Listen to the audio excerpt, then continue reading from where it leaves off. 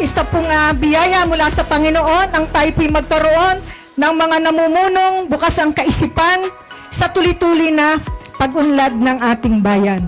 Katulad ng sabi ng mga abogado, pagdating sa korte, res ipsa loquitur. The thing speaks for itself.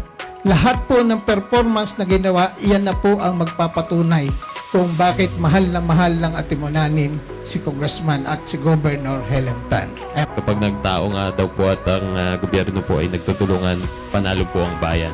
So yun po ang sisikapin namin sa Serbisyo Tunay at Natural sa panguna po ng aming butihing Doktora Helen Tan. Isa sa maraming pagpapala sa ating distrito, itong mga proyekto na ganito na na-envision natin na magpapaluwag sa buhay ng tao sapagkat inilalapit natin ang serbisyo.